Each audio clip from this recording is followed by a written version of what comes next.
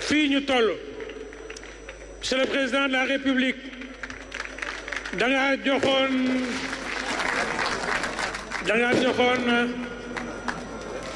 ce gouvernement du Premier ministre Ousmane Sonko jiite ne leen ñu waajal gaynde yi ñu waajal leen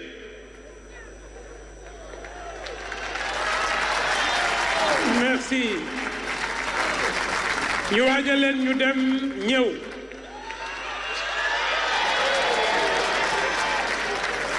tey nga dajale ñu kenn ku nekk ñu ñëw ngir cérémonie bi merci monsieur Youssou Ndour comme je le dis monsieur le président de la République vous avez remis un drapeau à ces lions ils vous ont ramené une coupe vous avez investi avec votre gouvernement dans la préparation ils ont ramené une deuxième étoile nga yónni leen ne leen dem leen ngeen ànd ak ministre des sports ak fédération lu ngeen teg seen bët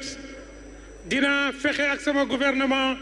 ba ñu jox leen moyen ngeen matal ko monsieur le président yónni guddi ku am fit boo yónni guddi yónnil ko am fit boo yónni di jëli yónnil ko am lu mu jëlee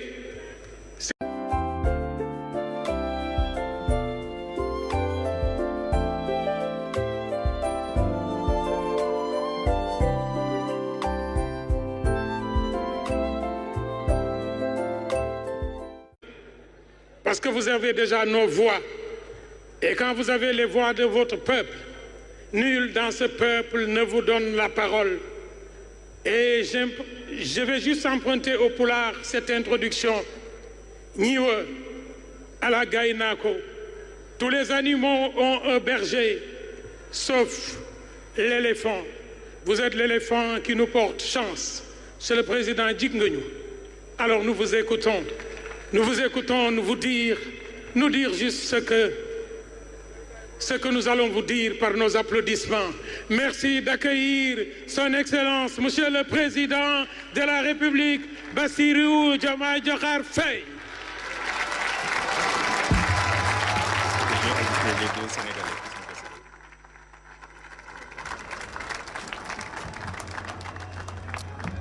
Merci beaucoup.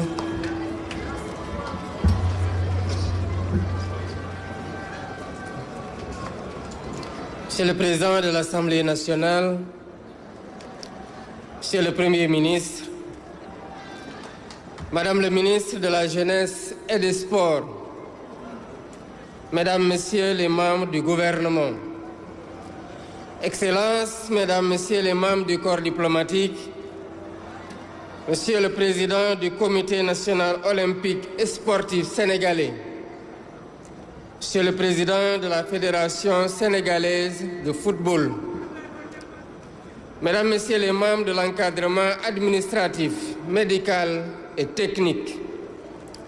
cher Pape Thiaw, sélectionneur national, cher Khalidou Koulibaly, capitaine de l'équipe nationale, cher Lion de la Teranga, vaillant supporter de l'équipe nationale,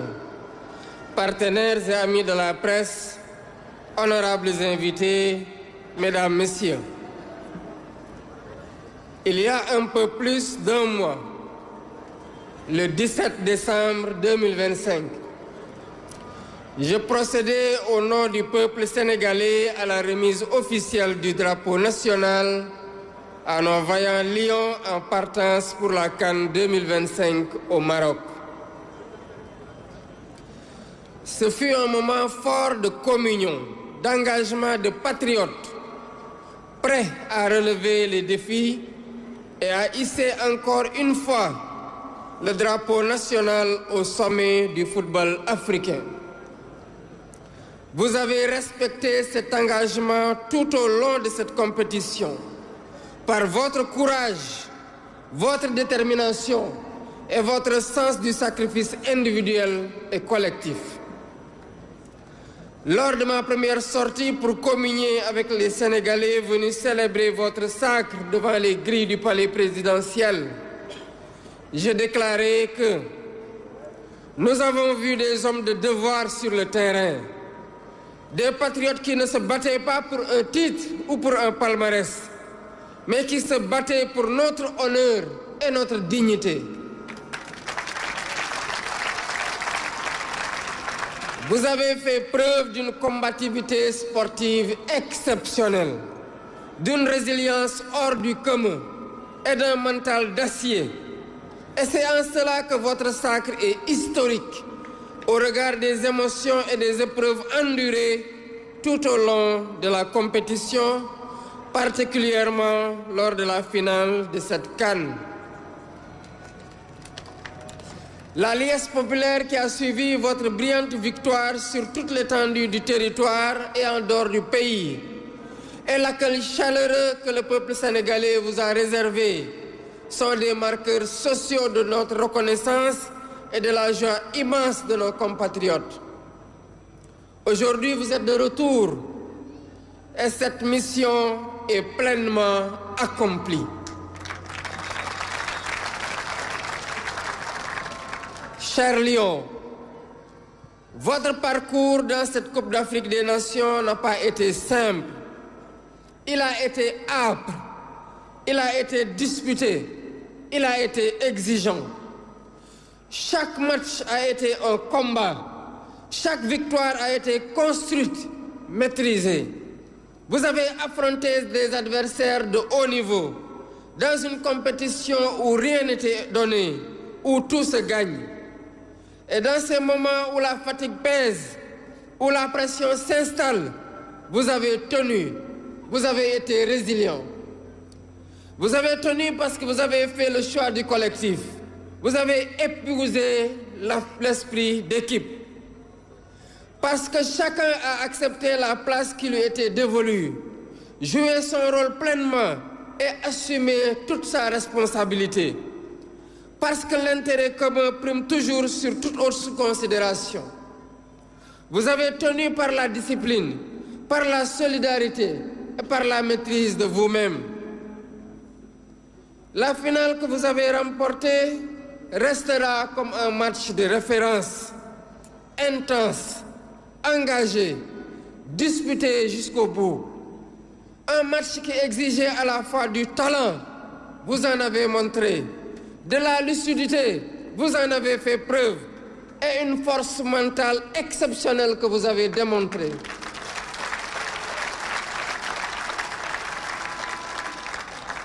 Vous avez répondu présent, avec sérieux, avec courage et avec caractère. Au coup de sifflet final, le Sénégal a explosé de joie. Une joie immense, profonde, partagée.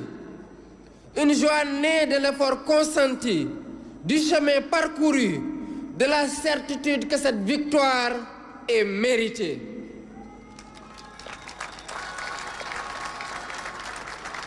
Cette joie a dépassé nos frontières. Des Sénégalais d'ici, mais aussi de la diaspora, ont vibré, ont souffert et ont espéré avec vous. Ils ont exulté ensemble, dans nos villes, dans les capitales africaines, en Europe, en Amérique, en Asie, partout où bat un cœur sénégalais.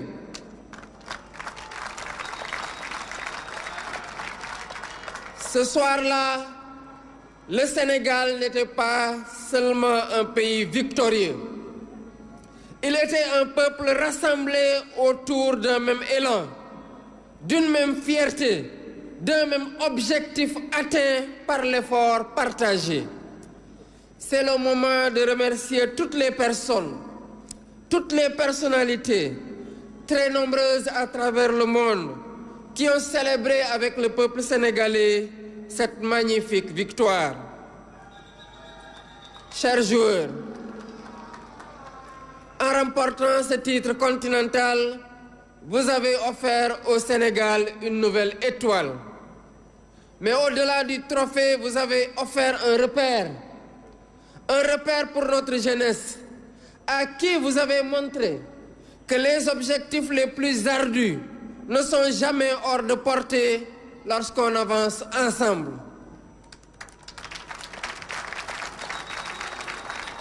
Un repère pour notre nation qui voit dans votre parcours la preuve que la rigueur, la constance, l'unité transforment l'ambition en réussite. Vous avez gagné avec sérieux, vous avez gagné avec respect, vous avez gagné sans jamais perdre le sens de ce que vous représentez. Et je tiens ici à adresser mes félicitations appuyées à l'ensemble des joueurs sans exception.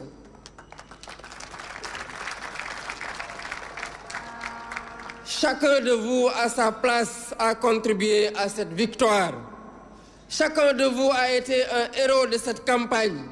parce que chacun de vous a accepté de se fondre dans un collectif qui est plus grand que lui.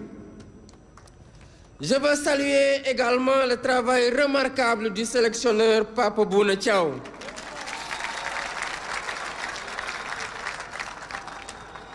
Par votre calme, votre rigueur et votre intelligence tactique, vous avez su conduire ce groupe avec justesse, en respectant son identité et en tirant le meilleur de chaque joueur. Vous avez montré qu'un leadership fondé sur la clarté, l'écoute et la méthode permet de construire un collectif vers le plus haut sommet. À travers vous, je salue le travail de l'encadrement technique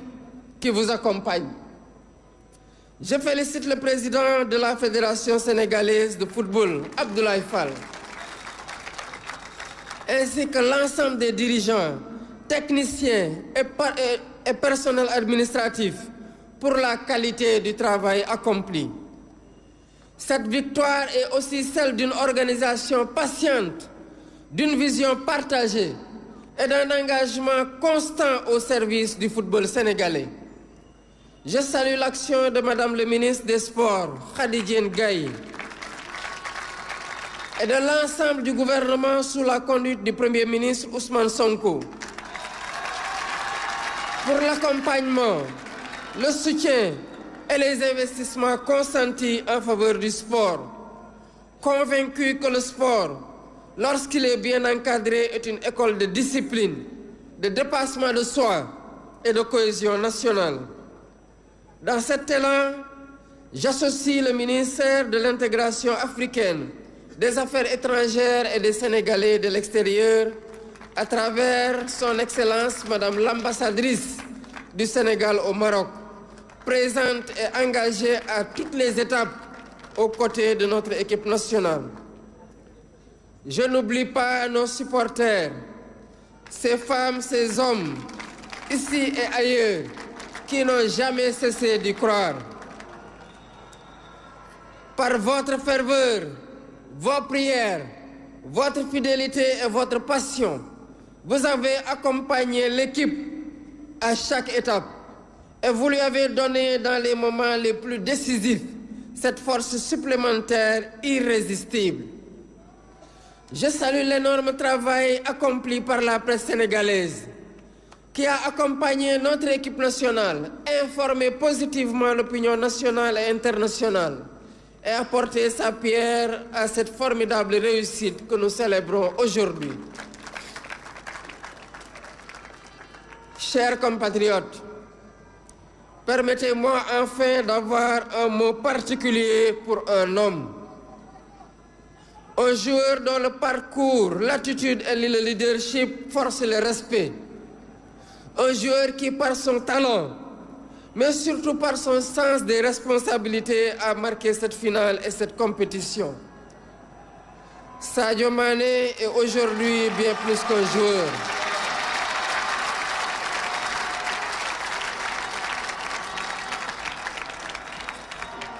Il est entré par son œuvre, sa constance et son exemplarité dans le cercle fermé des légendes du football national et africain. Dans cette finale,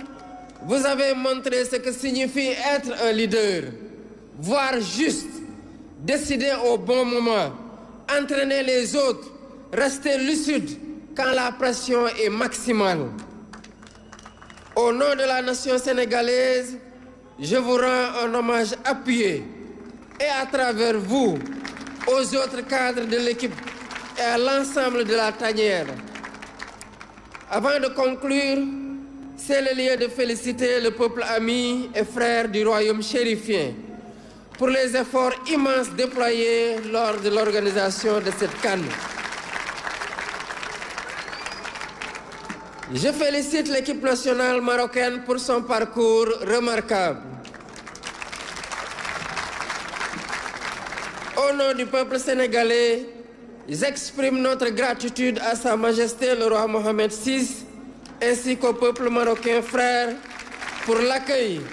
l'hospitalité et l'attention réservée à notre délégation et à l'ensemble des équipes engagées. Chères équipes, chers lions, vous avez honoré le drapeau qui vous a été confié. Vous avez honoré le Sénégal. Vous avez montré par l'exemple que lorsque les Sénégalais avancent ensemble, dans la discipline et dans la confiance, aucun défi n'est hors de portée.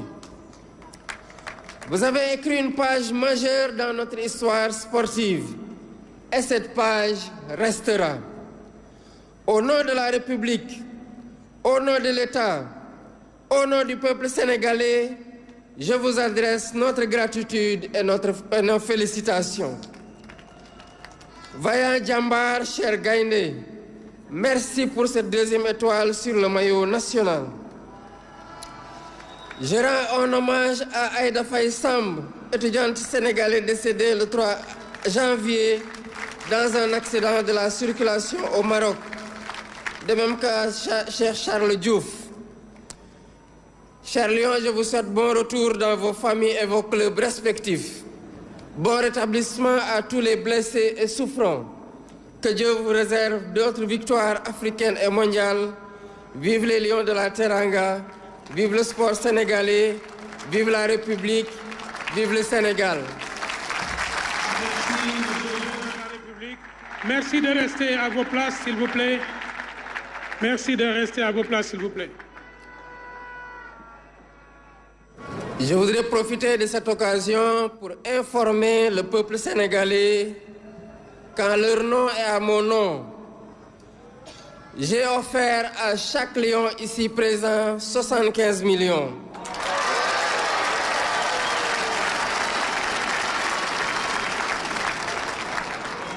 Et 1500 mètres carrés sur la petite côte.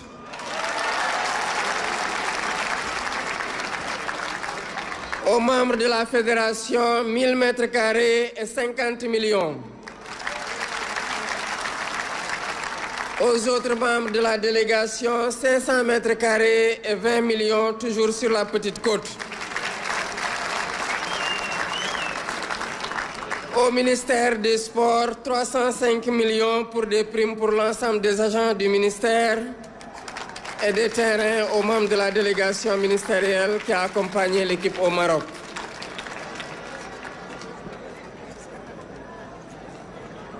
Mbokki Sénégal, yàggul dara daanaka matul weer ñu joxoon suñu gaynde yi raaya gi ñuy dem Maroc. sas leen sas gu rëy wax leen ne fii ngeen di dem ñu ngi xaar ngeen yëkkati raaya réew mi waaye ñu ngi xaar ngeen teewal ñu taxawaay goo xam ne dañ ciy jaar nawe Sénégal respecté leen taxawaay googu ñu doon xaar ci yéen matal ngeen ko ci seen njàmbaarte ci biir terrain gi ci seen yar ci biir terrain gi waaye tamit ci bitik terrain gi bi ma génnee fekk na gañe ngeen sénégalais yi ñëw fii di féetoog ñun dama wax ne ñi ma doon gis ñuy xeex ci biir terrain bi di football weesu na rek ñi doon liggéey di football ngir gañe waaye ñu doon liggéey ngir défendre suñu honneur ñi doon xeex ngir défendre suñu dignité te matal ngeen ko mbégte gi wane lii nga xamante ne mooy seen ndam ak li leen sénégalais yi won tey ak bi ngeen egsee biir Sénégal ba tey day wane njukkal gi leen askanu Sénégal amel yéen ñëpp xam nañu ne fi ngeen jaar ci ba gañe yombul woon ndam lu ne ci xeex ngeen ko amee ci fula gu mat sëkk ak ci taxawaay gu dëgër ngeen ko amee ci biir terrain bi daje ngeen ak équipe yu xarañ daan leen gis ngeen jafe-jafe yu nekk ngeen teggi leen waaye tamit am ngeen taxawaay guy wane ne bi ngeen di dem ci esprit d'équipe maanaam da ngeen booloo ànd di jogandoo di daanandoo di jogandoo di dóorandoo di xàcceendoo di dóorandoo final bii ngeen gañe nag dafay wane ne que match bii ngeen di liggéey gën na leen wan li ngeen mën a am fépp fu ngeen dem ci biir àdduna fépp fu ngeen mën a dem di xeex fépp fu ngeen mën a dem di football Sénégal dina nekk seen gannaaw ni mu gënee nekk ni mu yàggee nekk seen gannaaw di leen jàppale mbégte ngi ngeen jox sénégalais yi weesu na sénégalais yi nekk ci biir Sénégal kese waaye fu sénégalais yi nekk ci bitim réew bokk nag sénégalais yi nekk fii ànd ak yéen booloo bokk mbégte googu démb ci guddi du Sénégal rekk moo nekkoon waaye Sénégal guy gañe moo taxawaat Sénégal gu taxaw ci yoonu ndam ab askan gu booloo am benn jëmukaay am benn gis-gis am benn objectif boo xam ne bu ñu booloo xàcceendoo dóorandoo dañ koy yëkkati te dara duñu mën a të moo tax ma bëgg a njukkal ñépp ñi nga xamante ne ñëw nañu teew ci bés bi di sénégalais yépp fépp fu ñu mën a bokk ñëw nañu wane ne tey gi Sénégal moo fi taxaw kon weesu na li ngeen ñu jox weesu na rek coupe wane ngeen ñu ne que ndaw ñi jox ngeen leen repère jox ngeen ndaw ñi won leen ne que objectif yu gën a kawe mën lañ ko atteindre bu fekkee ne ñun ñëpp booloo nañu di ko jëmandoo uti ji waaye jox ngeen askan wi repère ne bu ñu booloo tamit ci jàmm ci jàmmoo ci liggéey amul lenn loo xamante ne mënuñu ko jëmalee suñu réew mi kon am ngeen ndam wane ko ci sérieux am ngeen ndam wane ko ci respect bi ngeen jox seen adversaires yi te ñu delloo leen ko ñuy féliciter ñépp ñi nga xamante ne ñu ngi woon ci biir terrain bi ak ci biti terrain bi ku nekk ci yéen ci place bu mu nekkoon am na lu mu contribuer ci victoire bii ngeen andi waaye ma bëgg a beral loxo kii di Pape Bouna Thiaw di sélectionneur national wane ci dalam wane ci rigueuram wane ci xarañteefam ne groupe bii mu tabax nii respecter identité de joueur bu nekk mu am lu mu jële ci yow mu bokk mu am luy contribution am ci luy andi ndam ni mooy leadership ak gis-gis gu leer ak déglu ak méthode moo ñu ko may di féliciter le président de la fédération sénégalaise de football di Abdoulaye Fall ak dirigeants yëpp ak techniciens yi ak personnel administratif yi ci liggéey bi nga xamante ne jur na ndam lii ngeen andi tey waaye di jaajëfal bu baax madame le ministre de la jeunesse et des sports ak gouvernement bi yëpp ci njiital Ousmane Sonko di premier ministre ci taxawaay gi ñu taxaw équipe bi ci bu ñu jógee Sénégal ba tey ci investissement yi ñu nekk di def ci football bi ak ci sport bi ci façon générale te fas yéene ko wéyal waaye tamit di jaajëfal bu baax kii di ministre de l'intégration africaine des affaires étrangères et des Sénégalais de l'extérieur à travers madame l'ambassadrice du Sénégal au Maroc bi taxaw équipe bi taxaw supporters yi waaye taxaw ñëpp fàttewuma tamit supporters yooyu di ay jigéen di ay góor di fii ak feneen nekk di pousse jusqu'à la dernière seconde ci finale bi ànd ci gëm-gëm gu mat sëkk bu ñuy pousser équipe bi ba fu mu yem tey di sant bu baax di rafetlu liggéey gu am solo bi tamit suñu journalistes yi def fee ci Maroc ak fii ci biir réew mi gunge équipe nationale bi joxe information yu leer yu dal xel ba lépp loo xamante ne xew na foofu ak fii ñu xam nu mu demee muy seen contribution ci ndam lii ñu am tey. waaye balaa may jeexal dama bëggoon rek mbokki Sénégal ngeen may ma beral loxo kenn ci ñi nga xamante ne ñoom la ñuy sargal tey muy kenn koo xamante ne ci pas-pasam ci taxawaayam ak ci attitude am dafay nekk koo xamante ne ku ko gis may ko cër gu mat sëkk ndax loo xamante ne loolu la taxawee ci jël responsabilité am marqué nag final bi di Sadio Mané.